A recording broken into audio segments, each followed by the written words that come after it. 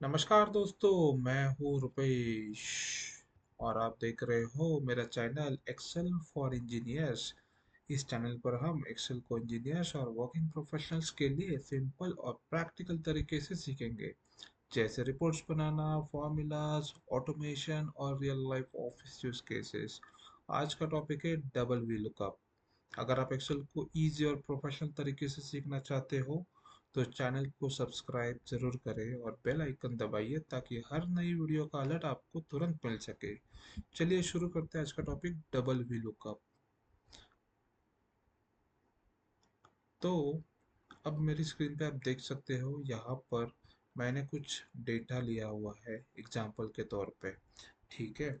अब जब भी हम लुकअप फंक्शन को यूज करना चाहते हैं तो हमें हमेशा एक कॉमन बेस होना चाहिए, तभी हम उसको एक क्राइटेरिया के तहत उसको एरे में यूज करके अ, एक आउटकम निकाल सकते हैं। राइट। तो हमें वो एक कॉमन प्लेटफॉर्म हमेशा ढूंढना होता है जिसको हम लुकअप के जरिए एक आउटकम के लिए यूज कर सके। ठीक है। तो अब बात रही इस चीज़ की, जब मैं सिंगल टाइम भी लुकअप यूज करूंगा तब ये कंडीशन सेटिस्फाइड होती है। बट अगर वैसा प्लेटफॉर्म नहीं है जहाँ पे कॉमन बेस नॉट अवेलेबल, जो कि है नहीं, तो आप फॉर्मूला कैसे लगाओगे? तब आपको डबल वी लुकअप का जरूरत पड़ेगा। तो इसको मैंने एक छोटा सा एग्जांपल बनाया है जो आप अच्छी तरीके से एक बार देख लो तो समझ सकते हो। तो देखिए, ये है मेरा डेटा जहाँ पे मैं employee number, employee name and total sale देख रहा हूँ। उसी के साथ शीट नंबर 2 में यहाँ पे एम्प्लॉय नेम और यूनिट सोल्ड दिख रहा है। तो अब दोनों शीट में अगर आप देखोगे तो जो एम्प्लॉय नेम है वो है कॉमन, बट यहाँ पे यूनिट सोल्ड की इंफॉर्मेशन है और एम्प्लॉय नंबर नहीं है। ठीक है। तो अगर एम्प्लॉय नंबर नहीं है तो मैं यहाँ पे लुकअप नहीं लगा सकता। करेक्ट है। तो मुझे कुछ ना कुछ बेस ऐसा क्रिएट करना पड़ेगा जिससे मैं एम्प्लॉय नंबर, एम्प्लॉय नेम और यूनिट सोल्ड, ये सब इंफॉर्मेशन वी लुकअप के जरिए यहाँ पे लेके आ सकूँ। जैसे कि मैं यहाँ पर अगर एम्प्लॉय नंबर डाल दूँ तो सिंगल लुकअप के जरिए मैं टोटल सेल निकाल सकता हूँ। बट यूनिट सोल्ड जो है, ये इंफॉर्मेशन वर्कशीट नंबर 2 पे है। आप देखो कॉलम नंबर डी अगर देखोगे उसमें आपको यूनिट सोल्ड दिखेगा। करेक्ट है। तो अब मुझे ये प्रॉब्लम है कि यूनिट सोल्ड निकालने के लिए मेरे पास वो कॉमन डेटाबेस नहीं है। अगर कॉलम सी यहाँ पर होता तो मैं आसानी से सिंगल वी लुकअप से यूनिट सोल्ड निकाल सकता था। बट अब मेरे पास वो है नहीं, तो हम देखते हैं कि किस तरीके से इसमें हम डबल वी लुकअप यूज करेंगे। ठीक है। तो यहाँ पर एम्प्लॉय नंबर दिया हुआ है, मुझे इनका टोटल सेल अगर यहाँ पे निकालना है तो मैं क्या करूँगा, वी लुकअप वैल्यू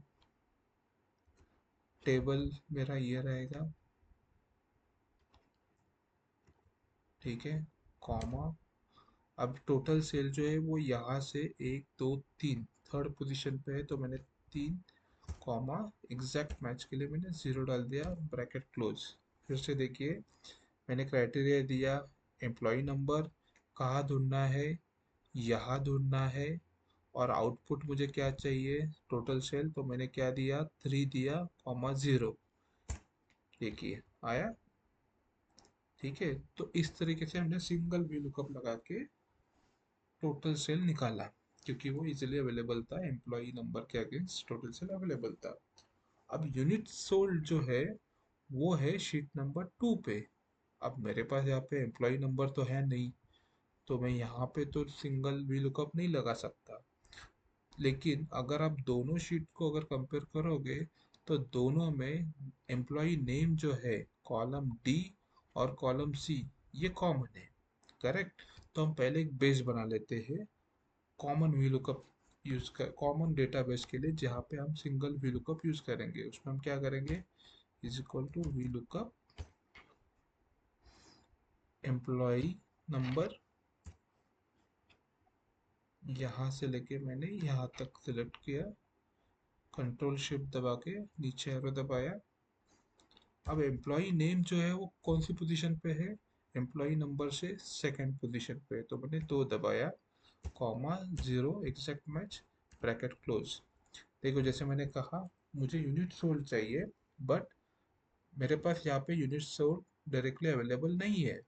तो मेरे पास कॉमन क्या है, नेम है, तो पहले मैं नेम को यहाँ पे, एम्प्लॉय नेम को यहाँ पे लाने की कोशिश करूंगा सिंगल वी लुकअप के जरिए। ठीक है, एंड उसके ऊपर हम और एक लुकअप लगाएंगे।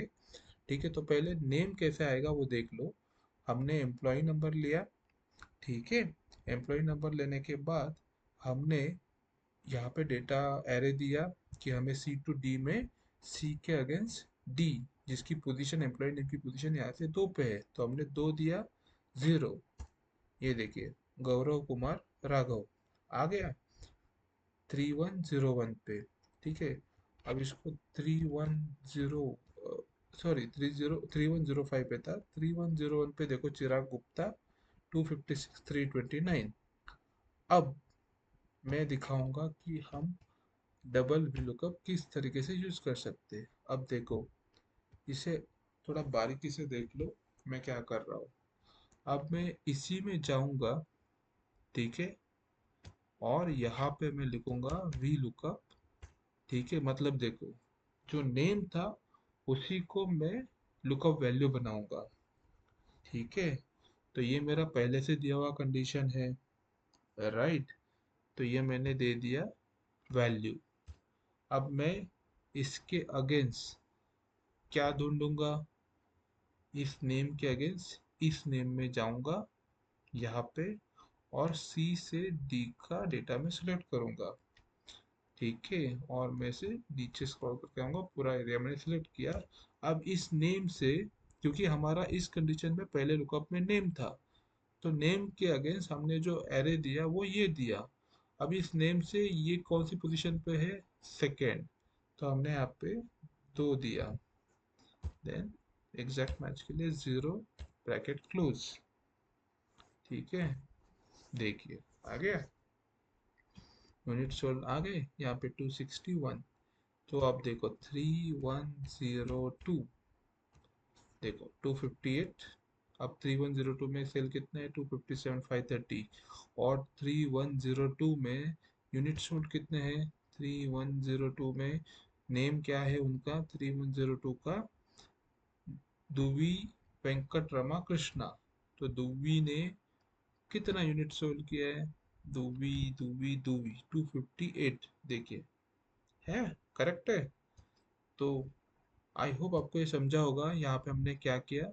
देखिए, हमने पहले नेम के लिए VLOOKUP लगाया, फिर नेम का एक कॉमन बेस बनाया वैल्यू को लेके, एंड फिर उस नेम को यूज करके हमने VLOOKUP लगाया, जहाँ पे हमने ये टेबल का एरे दिया, और कंप्यूटर को कहा कि भैया इसको बेस बना के हमें यूनिट सोल्ड जो है वो बता दो। इस तरीके से आप डबल VLOOKUP यूज करके एक कॉमन बेस क्रिएट कर सकते हो, और किसी भी प्रॉब्लम को सॉल्व कर सकते हो। आई होप आपको आज का वीडियो अच्छा लगा होगा। अगर आपको कुछ भी डाउट है तो आप कमेंट कीजिए, मैं ज़रूर कोशिश करूँगा आपको जवाब देने की। Thank you.